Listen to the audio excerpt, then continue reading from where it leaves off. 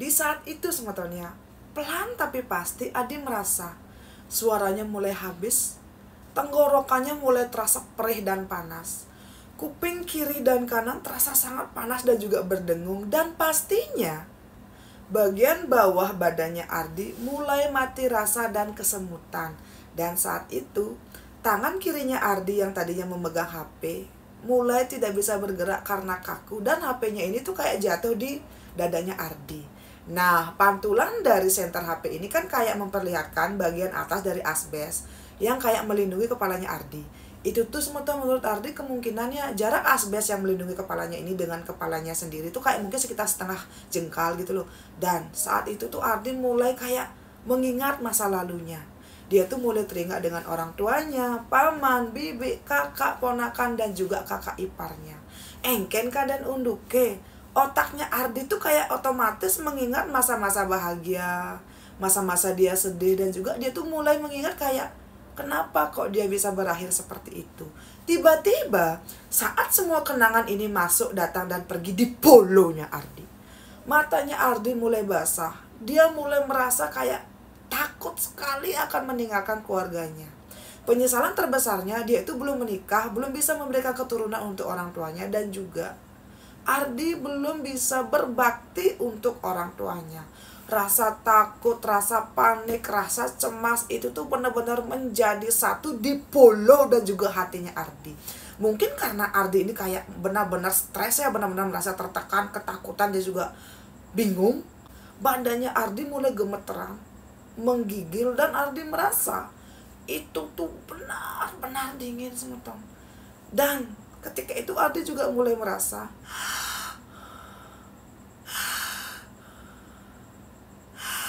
boom, nafasnya terasa makin berat dan juga Ardi mulai kehilangan kesadarannya. Nah, ketika Ardi ini mulai kehilangan kesadaran, entah dia bermimpi atau tidak, Ardi ini bertemu dengan seorang wanita di sebuah rumah yang sangat bagus. Rumah ini tuh kayak berwarna putih. Dan di rumah itu tuh sebetulnya ada seorang wanita yang sangat cantik. Engken dan unduke ya. Ardi tuh kayak ketika melihat wanita ini kok kayak tidak asing. Tapi kalau dibilang kenal, dia juga tidak pernah ingat ketemu di mana. Nah, saat si wanita ini menggenggam tangannya Ardi, tiba-tiba ingatan masa kecilnya Ardi 100% kembali. Nah, menurut Ardi gini semata. Dia itu kan di usia 10 tahun kan dibuatkan Banten oleh orang tuanya agar Ardi ini kayak tidak bisa lagi berkomunikasi dan juga melihat hal-hal yang tidak perlu dilihat. Dan kemudian menurut Ardi, ingatan ketika dia berusia 10 tahun itu pelan tapi pasti seperti kayak hilang gitu loh semata.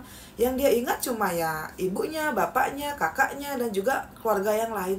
Tapi Ardi tidak pernah bisa mengingat kenapa dia bisa berbicara, siapa yang diajak berbicara. Dan ketika Ardi ini hilang, datang dan pergi, kemana dia pergi dan dengan siapa dia pergi saat itu. Nah, ingatan itulah yang waktu itu kembali nemplok di polonya Ardi. Ternyata saat si wanita ini menggenggam tangannya Ardi sambil tersenyum, Ardi itu mulai mengingat dari kecil ya.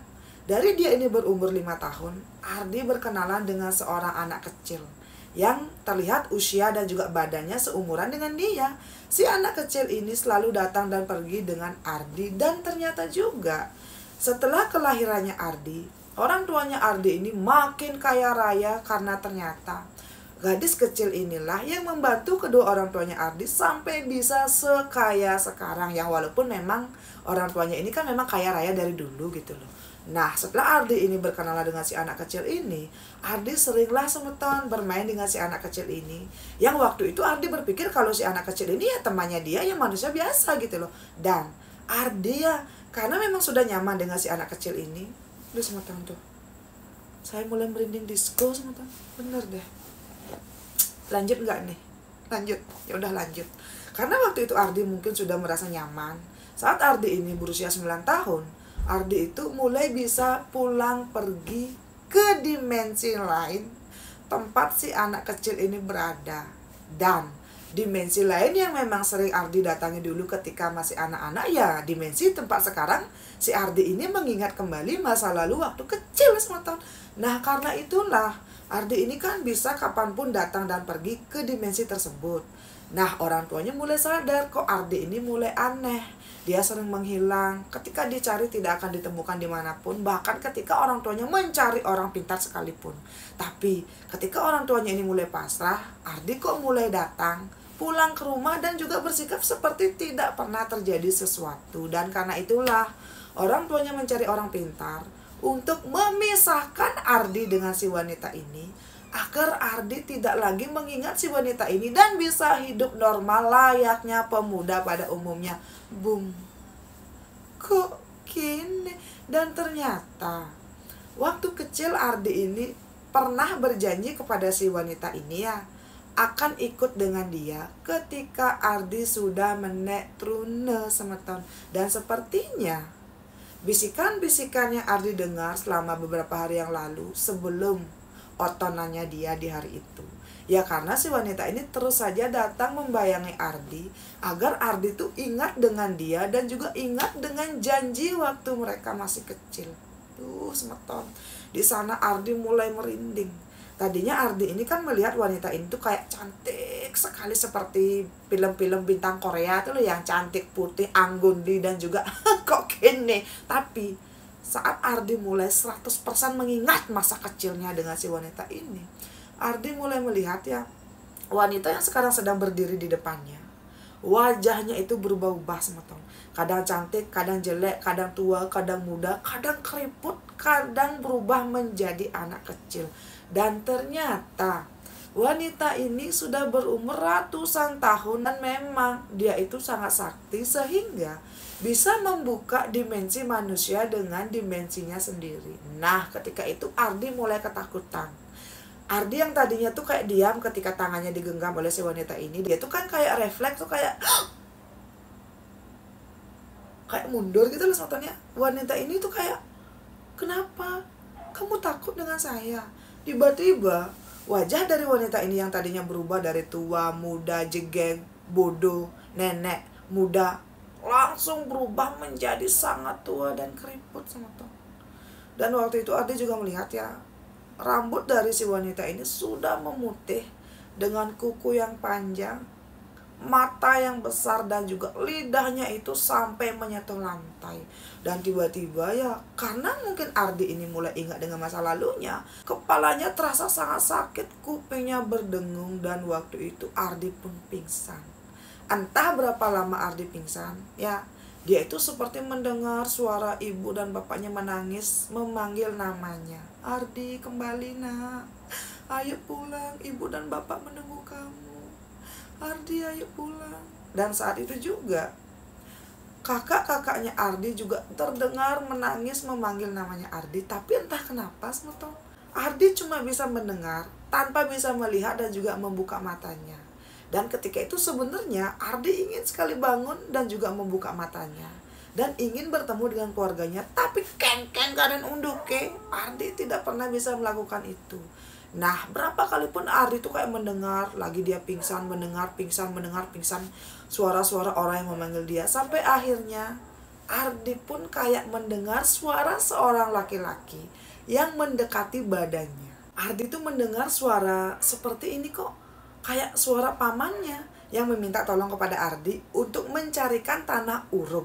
Nah saat itu Ardi tuh kayak mendengar bisikan dari pamannya. Pamannya ini seperti berbisik di kupingnya Ardi tuh kayak, kamu ingin mati, matilah sekarang. Karena kamulah kakak saya bisa menjadi sekaya sekarang. Dan saya tidak pernah menyesal melakukan ini kepada kamu. Nah, di sana Ardi mulai merinding. Tiba-tiba Ardi menangis. Dan mungkin karena perasaannya Ardi ini menangis, orang tuanya tuh kayak, Ardi kamu kenapa, dokter, dokter. Nah itulah kata-kata terakhir yang bisa didengar oleh Ardi. Karena setelah itu Ardi tidak bisa lagi mendengar apapun itu perkataan dari orang sekitar. Dan saat Ardi ini kayak tidak tahu dia di mana, Ardi pun kembali ke rumah putih di tempat wanita seram tadi. Dan ketika itu Ardi bertanya, kenapa saya begini, kenapa saya begitu, tolong jelaskan. Di sana si wanita ini menjelaskan, dia ingin menagih janjinya Ardi. Kalau memang Ardi ingin menikah dan juga tinggal dengan dia, sekaranglah waktunya. Karena menurut si wanita ini, sekarang Ardi itu sedang berada di rumah sakit.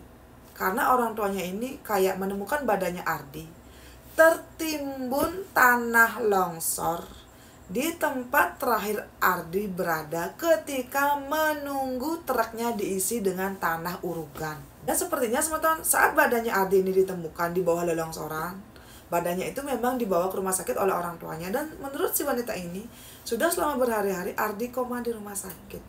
Dan si wanita ini bilang, ayo tepati janji kamu, kita menikah di sini dan kita bisa hidup abadi di sini. Kamu tidak perlu lagi mati, tidak perlu lagi sakit, tidak perlu lagi susah. Kamu bisa mendapatkan apapun di sini. Bukankah selama ini kamu galau, kamu bingung dan juga bertanya-tanya kenapa kamu tidak bisa menikah?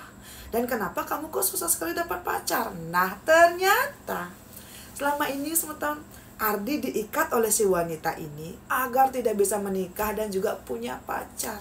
Yang padahal seharusnya Ardi ini di usia itu sudah punya 1 anak laki-laki. Boom. Di sana Ardi merasa marah, merasa takut, jenuh dan juga kayak kok gini. Di sana Ardi cuma menangis dan juga terduduk. Di sana dia meminta kepada si wanita ini, tolong kembalikan saya. Saya tidak siap kalau harus meninggalkan keluarga saya seperti ini. Saya tidak bisa ikut dengan kamu karena saya tidak pernah suka dengan kamu. Itu tuh janji saya waktu kecil, janji anak-anak yang tidak seharusnya kamu perhitungkan gitu loh. Dan kenapa kok kamu melakukan ini? Nah, ketika itu teman-teman, wanita ini menjelaskan badannya Ardi ini sudah diguna-gunai oleh seseorang, kayak dikirimkan jampe-jampe gitu, agar makhluk-makhluk tak kasat mata itu kayak bisa mendekat ke badannya Ardi.